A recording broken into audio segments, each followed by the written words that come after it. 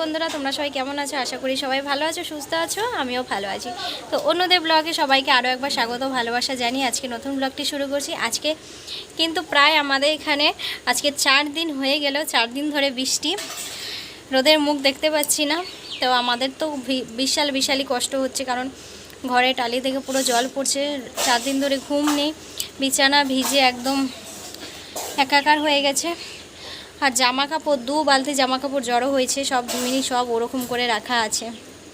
জানি না কবে রোদ দেবে, কবে রোদে দেখা পাবো এবং বৃষ্টিটা কবে ছাড়বে।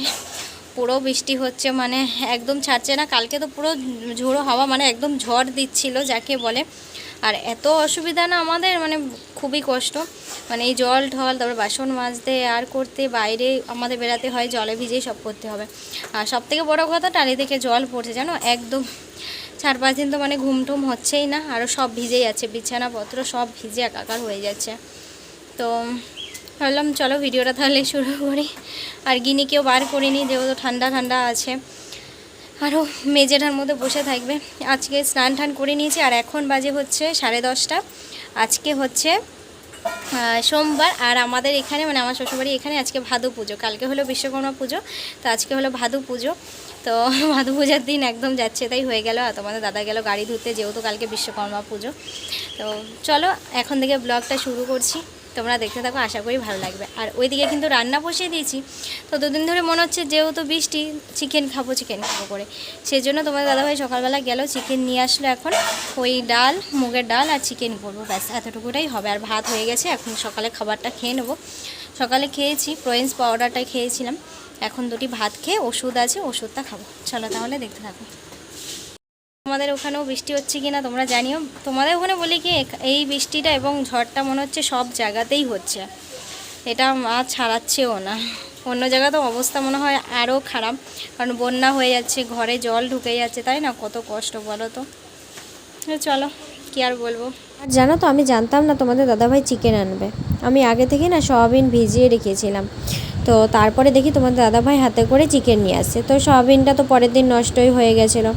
তারপরে চিকেনটা ভালো করে ধুয়ে, তারপরে দেখো নুন হলুদ মাখিয়ে, আর এদিকে পেঁয়াজ রসুন আদাগুলো আমি সব গুছিয়ে নিলাম। তারপরে মিক্সচারে পেস্ট করে নিলাম, কারণ আবার শিলনোড়াতে বাটবো অতগুলো। এই মানে বৃষ্টি হচ্ছে, বৃষ্টির মধ্যে জল কাদার মধ্যে আরও মানে একটা বিচ্ছিরি ব্যাপার। সেই জন্য ভাবলাম যে মিক্সচারে পেস্ট করে দিই। আর এদিকে কিন্তু কড়াইতে তেল গরম হতে দিয়ে দিয়েছি। আর চিকেনটাও দেখো বেশ কিন্তু কষানো হয়ে গেছে। এর থেকে কিছুটা সলিড পিস রেখে দিয়েছি, কারণ সন্ধ্যাবেলায় চিকেন পকোড়া করব। অনেক দিন ধরে খেতে ইচ্ছা করছিল, কিন্তু চিকেন যেহেতু খেতে নেই, মানে কদিন খাওয়া বন্ধ ছিল, সেজন্য আর খেতে পারছিলাম না। আর এখন ওয়েদারটা দেখো, বৃষ্টিটা একটু থেমেছে, সেজন্য জামাকাপড়গুলো একটু রোদ্রে দিয়েছি, মানে রোদ্রে বলতে মেলে দিয়েছি, রোদ তো ওঠেনি।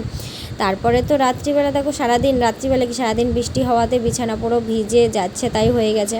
চাদরটা একটু উল্টিয়ে পেতে নিলাম, আর এত বাজে দুর্গন্ধ করছে না, কি বলবো। কিন্তু কি আর করব, রোদ্দুর না দিলে তো উপায় নেই না। আর আমাদেরকে যেন এখন ঠাকুরের ওই দিকটাতে মাথা করে শুতে হচ্ছে, কারণ এই দিকটাতে না বৃষ্টি পড়ছে। আর এদিকে দেখো মাংসটা আমার প্রায় কষানো হয়ে গেছে, লাস্টে দিয়ে দিলাম একটু কারি পাতা। আর আবার কিন্তু দেখো জল পড়া শুরু হয়ে গেছে, মানে বৃষ্টি পড়া শুরু হয়ে গেছে। আর আমাদের ঘরের সামনেটা পুরো কাদা কাদা হয়ে বিচ্ছিরি অবস্থা হয়ে গেছে। আর বাড়িতে কিন্তু কতগুলো সদস্য চলে এসছে, সেটা তো বুঝতেই পেলে কি, পায়রাগুলো বেশ কদিন ধরে আসছে, কারণ চাল দিচ্ছি তো, এই জন্য এখন ওরা চলে আসছে। তারপরে দেখো তোমাদের দাদাভাই বললো, যেহেতু চিকেন করছো সেই জন্য কটা রুটি করে দাও। যেই বলা নেই সেই কাজ আমারও সারা নেই, তো বললো। আর চটপট করে দেখো এদিকে আমি রুটিগুলো ভেজে দিলাম ওর জন্য। তো একবারে রাতের জন্য করে নিলাম, কারণ আবার রাতে করব, সেই জন্য। তারপরে দেখো গরম গরম বেগুনিগুলো ছেঁকে নিলাম। আর বেগুনিগুলো খেতে কিন্তু হেভি হয়েছিল, বেশ মোটা মোটা হয়েছে, আর দেখো খুব সুন্দর ফুলেছে। আর আমার গিনি কিন্তু এদিকে বাইরে বেরানোর জন্য ছটপট করছে, যেহেতু ওকে আজকে সারাদিন আটকে রেখেছি।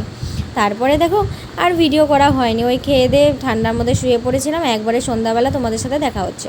তো সন্ধ্যাবেলায় উঠে বলতে পারো মুখটা না আমার কেন জানি না প্রত্যেক দিন ওই বাংলার 5 হয়ে থাকে। ওই এক সকালে ঘুম থেকে ওঠার পর, আর এক বিকালে ঘুম থেকে ওঠার পর।